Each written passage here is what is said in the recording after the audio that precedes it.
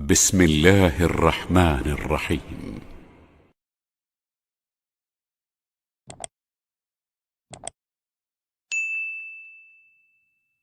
Kita pengen tadabbur ayat supaya bisa healing perasaan kita yang sedang terluka.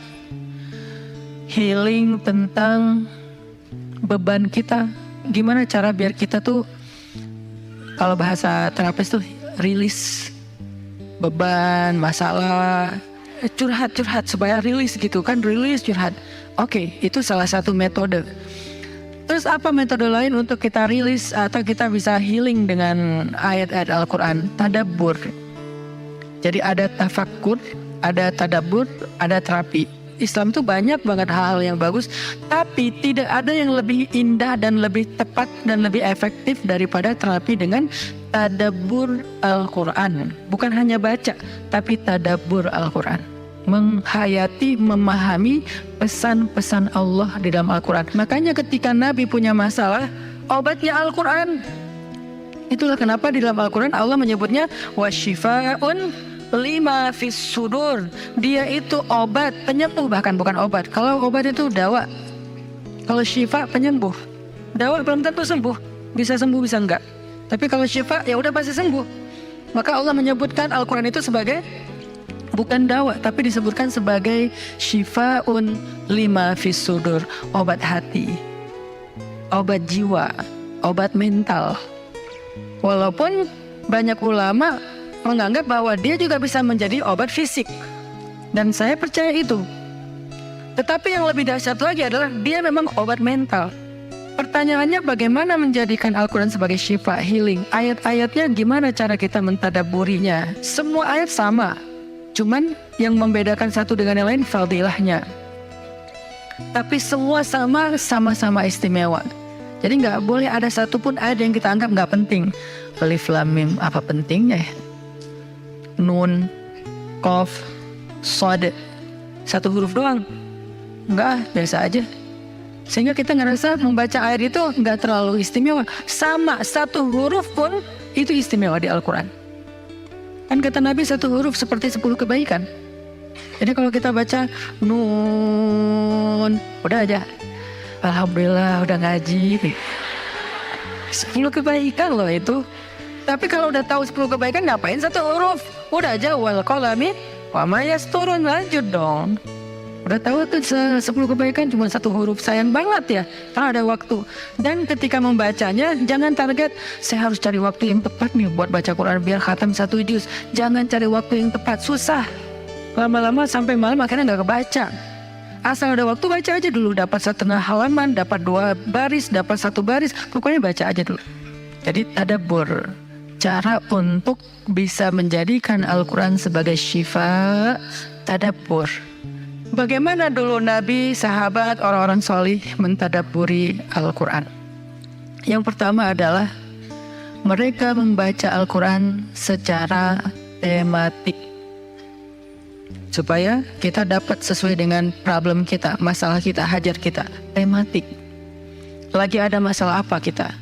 Karena ayat Al-Quran turun kepada Nabi pun secara tematik, secara kontekstual. Apa yang dialami Nabi, itulah ayatnya. Al-Quran tidak turun sekaligus kepada Nabi, turun sekaligusnya itu di Lauhul Mahfuz. Lalu sampai kepada Nabi berangsur-angsur selama 23 tahun. Kenapa berangsur-angsur, Ustaz? Dan kenapa nggak urut? Turunnya yang pertama adalah Al-Fatihah dan Al-Alaq. Kenapa sekarang Al-Fatihah lalu Al-Baqarah? Kenapa enggak Al-Fatihah, Al-Alaq, kemudian surat apa lagi yang berurutan sesuai dengan urutan turun? Kenapa kok dibalik-balik, kok diacak-acak? Karena Al-Quran turun itu secara tematik, teman-teman. Hikmahnya apa? Hikmahnya karena dia tidak turun untuk sekedar dibaca. Dia turun untuk ditadaburi supaya jadi solusi, petunjuk dalam hidup. Petunjuk apa? Petunjuk terhadap masalah yang lagi dihadapin. Dan kita nggak akan dapat petunjuk kalau nggak ngerti kan? Coba baca petunjuk penggunaan obat. Bahasanya bahasa bahasa Thailand misalnya. Banyak kap-kapnya. Susah kan kita?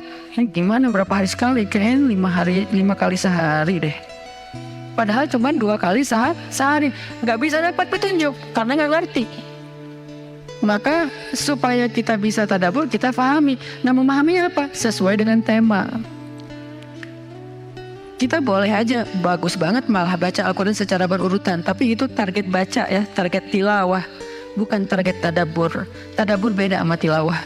Tilawah tetap dia nggak usah diganggu-gugat, udah segitu aja. 1 hari 1 juz, setengah juz, 2 bulan sekali khatam, sebulan sekali khatam, itu lanjut aja udah. Karena itu memang target membaca. Tapi target tadabbur beda sama target membaca. Bikin 2 target. Kalau tadabbur memang gak panjang-panjang dan gak berurutan, tematik. Kita mau lagi masalah apa sih? Gimana kita cari temanya Ustadz? 1, bisa nyari ke Simbah Google, ayat tentang, klik keluar. Buat kita yang mungkin kita sama nih dengan saya, masih sama-sama belajar, paling gampang tadi nanya aja ke Google, pakai aja indeks. Atau cara yang lebih, ini kalau mau, saya beberapa kali nyoba soalnya, kalau mau bukan ngetes ya, kalau mau agak sedikit lebih seru nih, agak lebih seru. Tapi kalau belum berhasil jangan salahin saya. Kalau agak lebih seru nih, saya suka gini, pegang Quran, lagi ada masalah nih, Bismillah, ayatnya pas, wah ini saya banget nih. Bisa kayak gitu juga metodenya. Jadi kayak minta dibimbing sama Allah aja gitu. Tapi kadang-kadang dapat ayatnya tuh nggak sesuai tema saya, Ustaz, kata kita. Padahal kata Allah ini yang kamu butuhin tuh ini nih. Bisa gitu juga dengan syarat membukanya pakai Bismillah, bukan membuka yang itu ya Allah ya, yang itu ya. Jangan maksa. Allah lebih tahu. Bismillah. Ayatnya tentang makanan. Oh mungkin kita masalahnya emang masalah berat badan mungkin, atau masalah mubazir mungkin, sehingga merembet kemana-mana. Allahu alam. Tapi kalau mau lebih jelas ya udah cari pakai yang tadi, dapat ayatnya secara tematik.